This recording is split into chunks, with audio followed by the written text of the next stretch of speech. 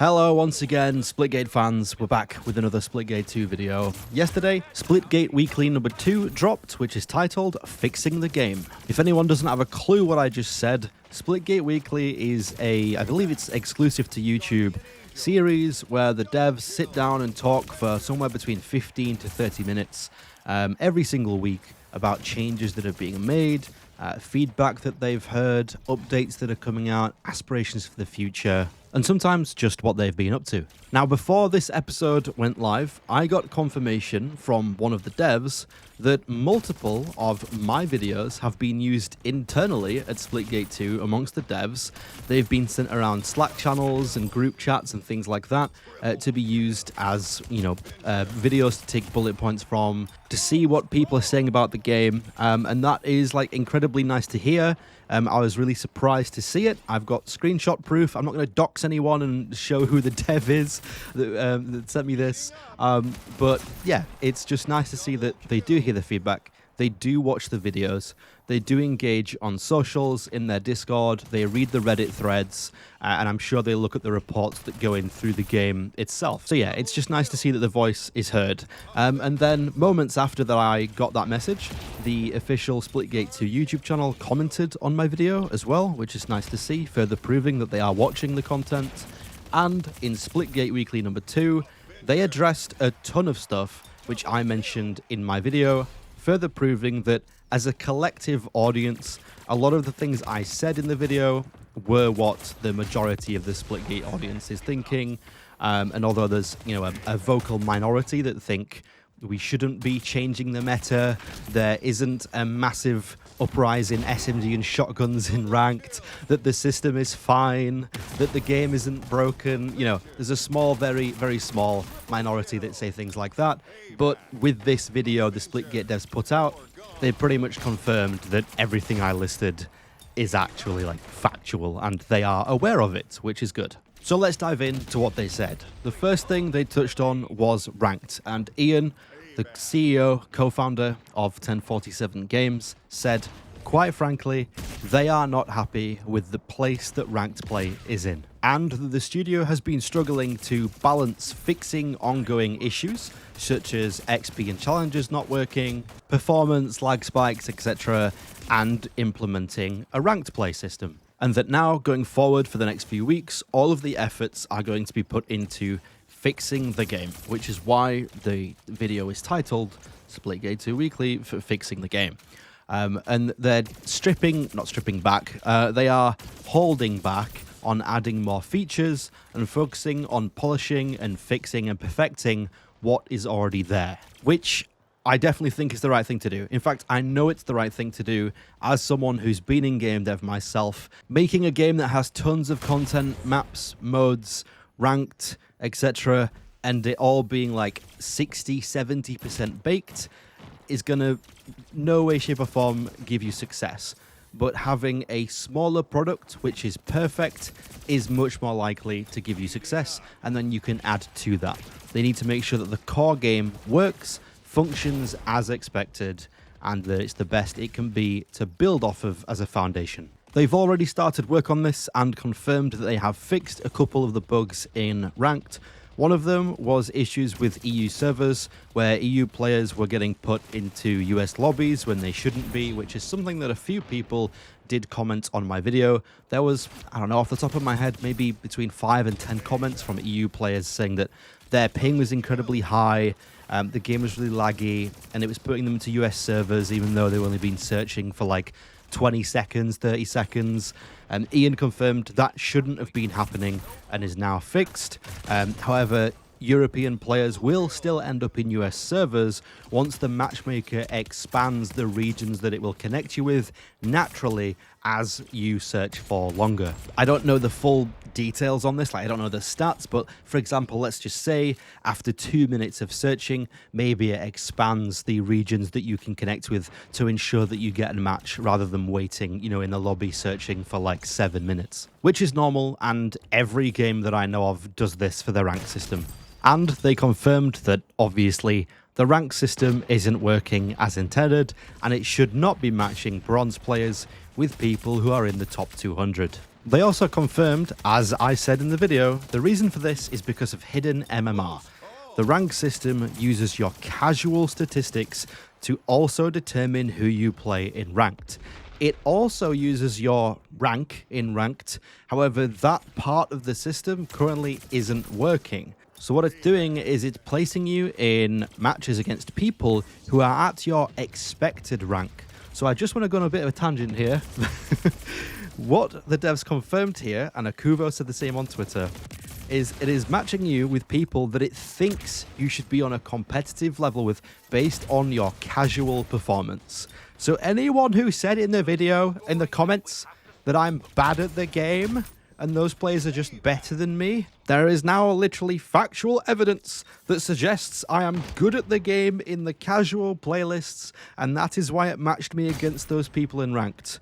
However, they stomped me in ranked. So I'm good at the game when it comes to casual. Apparently I'm just bad when it comes to ranked. So I'm okay with that. Admittedly, like I said before, I'm not the best player in the world. But I don't know, I might hover around high diamond or whatever's after that. But I'm not going to reach top 200, and I'm perfectly fine with that. So yeah, just wanted to make a point there. Factual evidence now. I'm not bad at the game. Please just stop saying it's a skill issue and that I'm bad.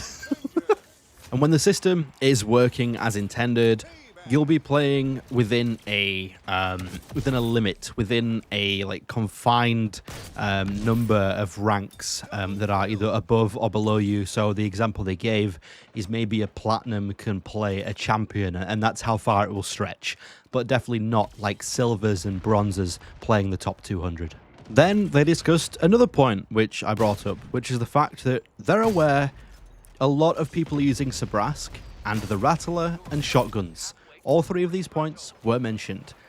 They said that the data they used to balance the game has all been used on casual play, obviously.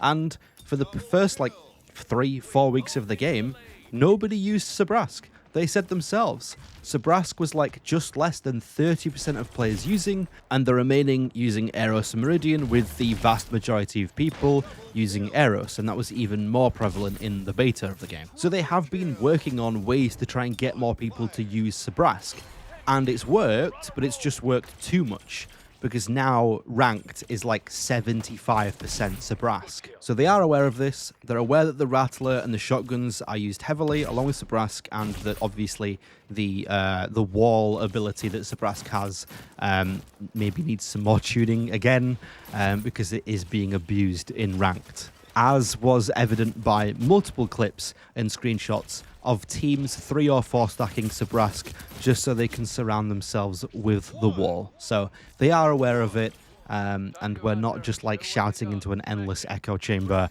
They are looking at the feedback, they see the comments, they see the videos, and they are actively working on balancing for ranked. And they confirmed that they will be nerfing the Rattler and the shotgun as well, which is good. So I imagine those will come in a hotfix very soon. And they also confirmed that they are looking at the radar. Didn't confirm really like what they're going to do with it, but they confirmed they're looking at radar and maybe making changes to it. And they're also looking at other weapons. So, for example, the fact that ARs and SMGs, basically the automatics, are being used a lot more than the carbines and the BRs, which historically in Splitgate 1 was the opposite way around, because everyone chose BR and carbine because it was the only thing you could choose, and you had to pick up other weapons on the map. I'm glad to hear this, and I know that Ian is a massive fan of Halo 2 and Halo 3, and therefore I think he will try and shift the meta in a direction where the BR and the carbine are the most predominantly used weapons in ranked, which is as it should be. Ranked, as I've said before, should be about precision weapons, skill, good aim and teamwork and map awareness, and currently it's just run around with Sabrask, Rattler, wall, and not a care in the world. So they're definitely going to fix that, which is good to hear. Then Nicholas, the CTO, also confirmed that they are actively working on the fact that challenges are bugged and that they're actually going to rewrite that whole system because it seems like they can't apply a fix for it. So they're just going to rewrite the whole thing and redo challenges entirely. They've already done this for the mastery challenges. The mastery camos are on a different system. So far there's no bugs with that apparently. So yeah, doing the regular challenges on that system as well and rewriting those should hopefully prove to be a good fix. Then Ben, the community manager, confirmed that a lot of the feedback they've been receiving is people saying a similar thing to what I said in the previous video, is that a lot of the players do believe that Splitgate is one of the best shooters of the year and that the core gameplay experience is incredibly fun. And when it works, it's really good. So they are aware of this. They know that people think the core gameplay is great, but they are frustrated with the fact that there's all these little pieces that don't quite seem to work and things that might have been rushed or are like 80% there. And, you know, they all stack up basically to create an experience which isn't enjoyable, even though the core game is great. So they're aware of it. And as I said at the beginning, fixing the game, fixing the issues and restoring anything that's broken is essentially like their priority for the next few weeks.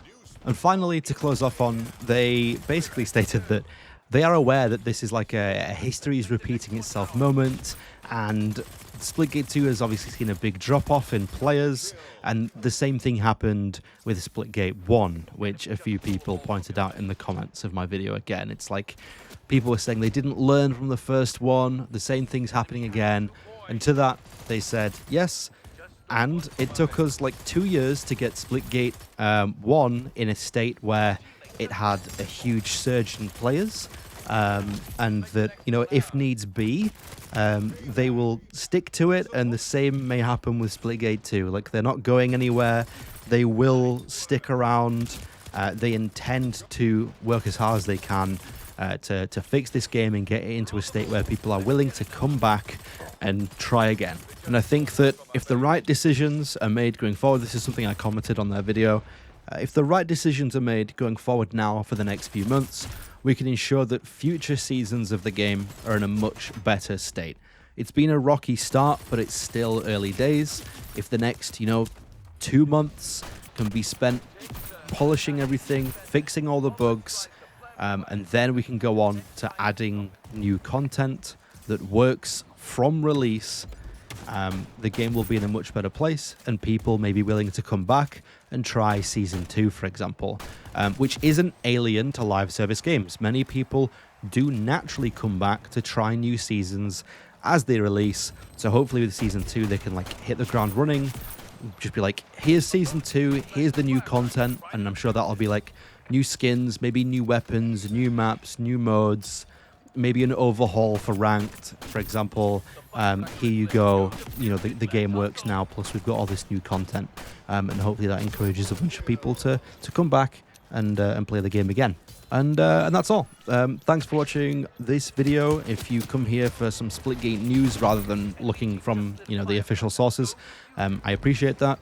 I've said it before, but Splitgate content does great on this channel. I've seen huge growth. Over the past month, I've gained like 250 subscribers, hundreds of thousands of views, and I'm going to be transparent here. I've made about $300 from Splitgate content over the past 90 days, which is incredible.